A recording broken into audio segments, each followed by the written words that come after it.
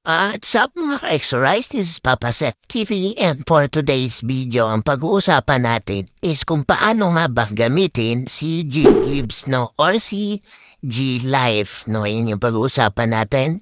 At kung paano nga ba gamitin yung gagawin ba natin is personal QR code or merchant QR code So pag-uusapan na din natin dito kung paano magbayad kay G Gibbs and G Life So, yun ang pag-uusapan natin. Pero bago ang lahat, intro muna tayo para mukhang pro. Subscribe now and press the bell icon. Never miss an update.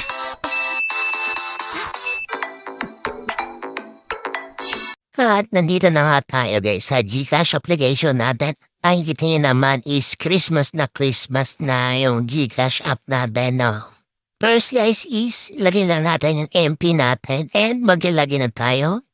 At nandito na tayo sa dashboard ni Gcash So, click lang natin yung borrow. Yan, click natin yung borrow niya. At click lang natin yung G-Gibbs guys. Click lang natin yung G-Gibbs. At makikita nyo dito guys is available to spend amount 9,000 ang kailangan nating i-spend. So, minimum guys is 2,000 pesos. So, paano nga ba gamitin tong si G Gibbs So, click lang natin tong paano gamitin. Yan. Siyempre guys, mapupunta tayo dito sa G Gibbs. How to pay with G Gibbs using merchant QR So, first guys is kapag nandito na tayo sa dashboard natin kay Gcash is click nyo lang yung QR code sa baba, yung nasa gitna, So, lalagyan ko na lang ng arrow dyan. Click yung QR code. Yan, after nyo maklik yung QR code, guys, is automatic naman yung merchant niya. Lalabas na yan, guys, After nyo yung may scan, guys, is ilalagay nyo na dito yung amount, So, yung amount ng binili nyo or yung amount ng babayaran nyo, So, kapag nalagay nyo na, click nyo lang yung next. At pipili naman kayo dito guys kung ano yung prefer nyo. Yung wallet, G-Loan, or G-Gibbs So, syempre G-Gibbs ang pipili natin guys kasi yun yung napili natin Basta, after nyo maklik yung G-Gibbs is click nyo lang yung kulay blue. Yan, at pupunta tayo dito at bibigyan tayo ng choices kung 6 months or 12 months So, pinili nga dito is 12 months para magaan-gaan hulugan, So, every month yung hulugan kay G Gibbs, After mo maklik yung 6 months, guys, is i-click mo naman yung box. I-check nyo lang yung box, And after yan is proceed na tayo. And eto na yung last step how to pay with G Gibbs using merchant QR code, So, eto na yung last step. Next naman, guys, is eto naman, how to pay with G Gibbs online. So, online naman siya.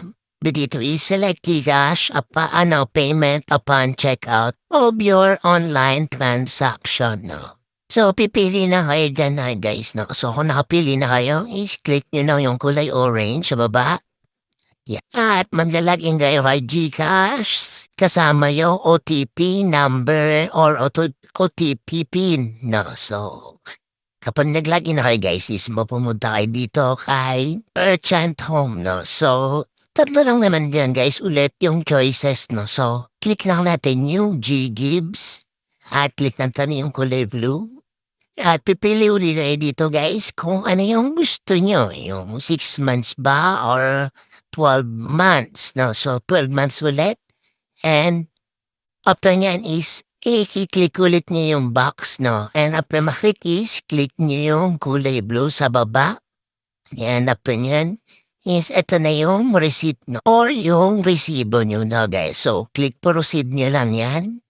O, ganun lang kadali guys. So, ito naman next is, ano naman to? How to pay with G Gibbs using personal QR code, So, personal QR code naman to, guys. Nandito tayo sa home natin at click lang natin yung QR code at mag-generate tayo dyan, Click nyo lang yung generate code, guys. After nyo ma-click yung generate code is pupunta tayo dito. So, hanapin mo lang yung QR code, then yung sa taas, tap nyo lang yung QR code.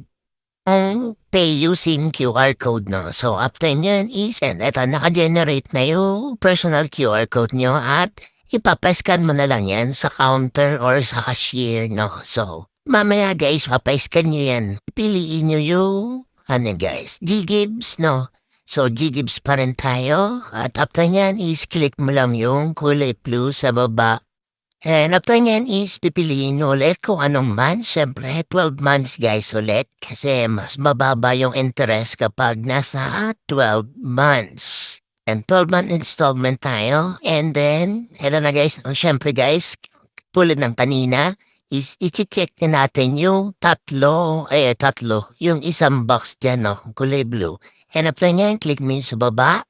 And nandito na tayo nga sa personal QR code natin. No? So, ito na yung ipapa-scan mo kay cashier or kay counter. No? Doon sa counter mismo or sa Robinson ba or sa kung saan kayo bumili guys. Kung ano yung binili nyo kung saan kayo bumili. Doon yung ipapascan yung personal QR code nyo. No? So, ganun nakadali. So, after nyo nga may pa-scan guys, is siyempre guys, i-confirm natin yung resibo natin. No? So, confirm your receipt, diba? So, check nyo lang yan. Pag na-check nyo na guys, is okay na yan, no? So, goods na yan. Successful na yan, no? So, nandito naman tayo sa another topic is how to pay, how to shop of G-Life, no? So, paano naman yung G-Life natin, no? Siyempre guys, nandito ulit tayo sa GCash dashboard natin, diba? So, nandito na GCash dashboard. At i-click nyo yung G-Life guys. Nasa baba lang ng G-Borrow, no? So, pipili kayo dito guys ng partners ni GCash, no? So, kunyari Lazada, ganyan, no? So, mag-online shopping kayo, diba? So, kunyari guys, nakapili nyo na si Shopee or si Lazada is click nyo lang yon at mapurbusid kayo dito. No? So, pipili kayo kung ano yung gusto nyong item or product. So, ang nangyari yung napili ko is cellphone. No? So, nasa baba, cellphone napili ko at kiklik mo lang yon item na yon. And then, i-add to cart nyo lang tapos proceed sa payment. No? So, next proceed sa payment tayo. At ang gagamitin natin dito is si G-Gibbs ulit, no? So, kapag na-click nyo na si G-Gibbs is click nyo lang yung baba, yung kulay blue sa baba, no? So, dito, pipili uli kayo kung ano yung monthly installment nyo na napili is 6 months ba or 12 months, no? So, 12 months ulit yung pili natin para mas magaan-gaan. And syempre guys, i-check ulit natin yung box sa baba, no? So, after ma-check sa baba is click nyo na rin yung sa baba, yung kulay blue. After nyan guys, is eto na yung confirmation receipt natin kay GCash, no? So, gamit si G-Life naman ang gamit natin dito, no?